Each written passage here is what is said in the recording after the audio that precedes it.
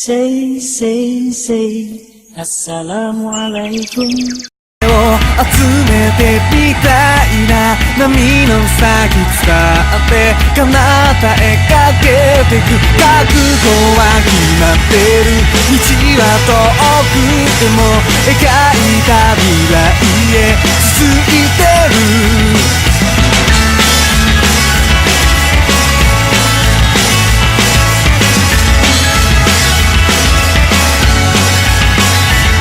遥かなここから彼方の君へとあの日々の風とかけらを届けたい寂しくはないよいつもここにいるどこまでも風が繋いでる時が僕らをせかして鼓動がスピード上げてた夢の中で目覚めても同じ光を探した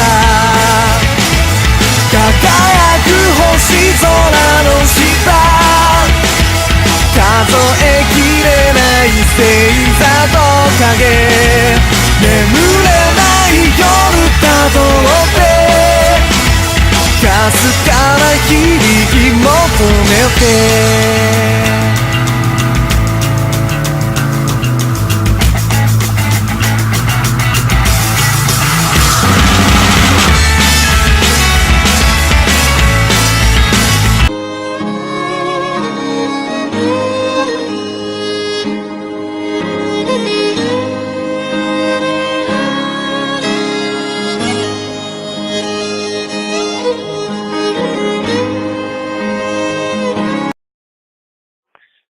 Secara umum, penyusunan dan pengembangan kurikulum dapat menempuh langkah-langkah. Yang pertama, perumusan tujuan pembelajaran atau instructional objective. Tujuan dirumuskan berdasarkan analisis terhadap berbagai kebutuhan, tuntutan, dan harapan. Oleh karena itu, tujuan dirumuskan dengan mempertimbangkan faktor-faktor masyarakat, siswa itu sendiri, serta ilmu pengetahuan. Yang kedua, merumuskan dan menyeleksi pengalaman-pengalaman belajar atau selection of learning experiences. Isi kurikulum merupakan pengalaman belajar yang direncanakan akan diperoleh siswa selama mengikuti pendidikan. Pengalaman belajar ini dapat berupa mempelajari mata pelajaran atau jenis-jenis pengalaman belajar lain sesuai dengan bentuk kurikulum itu sendiri. Yang ketiga, mengorganisasi pengalaman belajar siswa atau Organization of Learning Experiences. Organisasi dapat dirumuskan sesuai dengan tujuan dan pengalaman-pengalaman belajar yang menjadi isi kurikulum dengan mempertimbangkan bentuk kurikulum yang digunakan. Pengorganisasi atau desain kurikulum diperlukan untuk memudahkan anak didik untuk belajar. Yang keempat, atau yang terakhir, mengevaluasi kurikulum or evaluating. Langkah terakhir dalam pengembangan kurikulum adalah evaluasi. Evaluasi adalah proses yang berkelanjutan, di mana data yang terkumpul dan dibuat pertimbangan untuk tujuan memperbaiki sistem. Langkah-langkah pengembangan kurikulum menurut Taylor. Taylor mengemukakan bahwa langkah-langkah pengembangan kurikulum yaitu 1. Menentukan tujuan. Dalam penyusunan suatu kurikulum, merumuskan tujuan merupakan langkah pertama dan utama, sebab tujuan merupakan arah atau sasaran pendidikan. Kedua, menentukan pengalaman belajar. Menentukan pengalaman belajar atau learning experience adalah aktivitas siswa dalam berinteraksi dengan lingkungan. Pengalaman belajar pada aktivitas siswa dalam proses pembelajaran. Ada beberapa prinsip dalam menentukan pengalaman belajar siswa, yaitu 1. Pengalaman siswa harus sesuai dengan tujuan yang ingin dicapai. Kedua, setiap pengalaman belajar harus memuaskan siswa. Ketiga, setiap rancangan pengalaman siswa belajar sebaiknya melibatkan siswa. Keempat, dalam suatu pengalaman belajar dapat mencapai tujuan yang berbeda. Kemudian, langkah-langkah menurut Tyler yang ketiga yaitu pengorganisasian pengalaman belajar. Ada dua jenis pengorganisasian pengalaman belajar, yaitu satu, pengorganisasian secara vertikal. Pengorganisasian secara vertikal adalah menghubungkan pengalaman belajar dalam satu kajian yang sama dalam tingkat yang berbeda. Contoh, pengorganisasian pengalaman belajar yang menghubungkan antara bidang geografi di kelas 5 dan geografi di kelas 6. Kedua, pengorganisasian secara horizontal. Pengorganisasian secara horizontal adalah menghubungkan pengalaman belajar dalam bidang geografi dan sejarah dalam tingkat yang sama. Kemudian, langkah-langkah pengembangan kurikulum menurut Tyler yang keempat adalah penilaian tujuan belajar sebagai komponen yang dijadikan perhatian utama.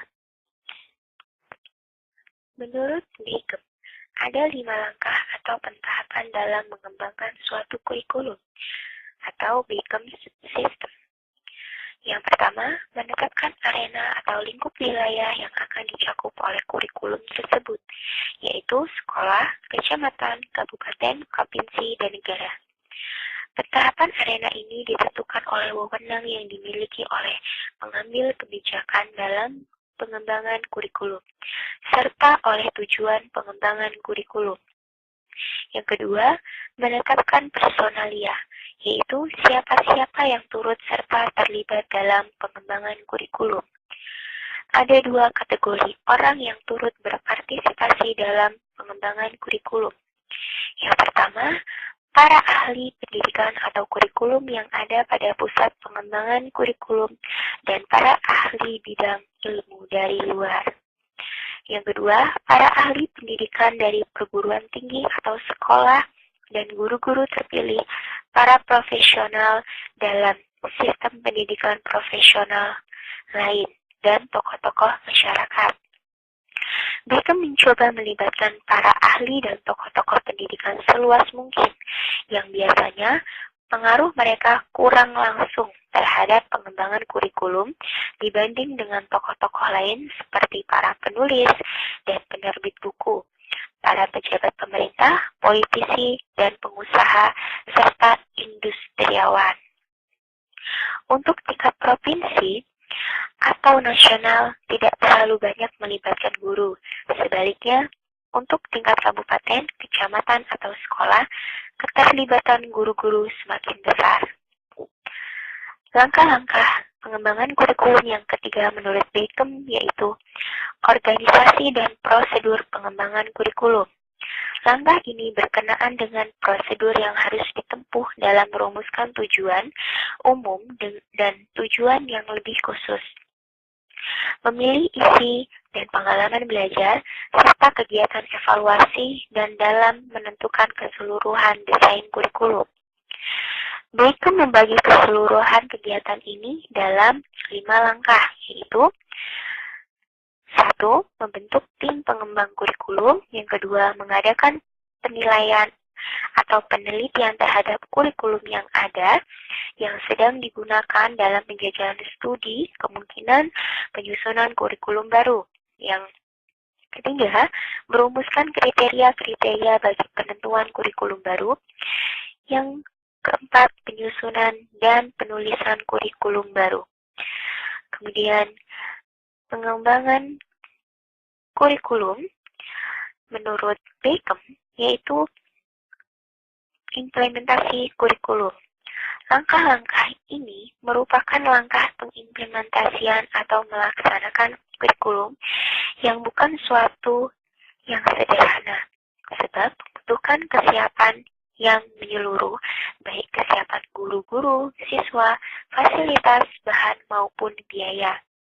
Di samping kesiapan manajerial dari pimpinan sekolah atau administrator setempat. Kemudian langkah-langkah pengembangan kurikulum yang kelima, yaitu evaluasi kurikulum. Langkah-langkah ini mencakup 4 hal, yaitu 1. Evaluasi tentang pelaksanaan kurikulum oleh guru-guru. Yang kedua, evaluasi desain kurikulum.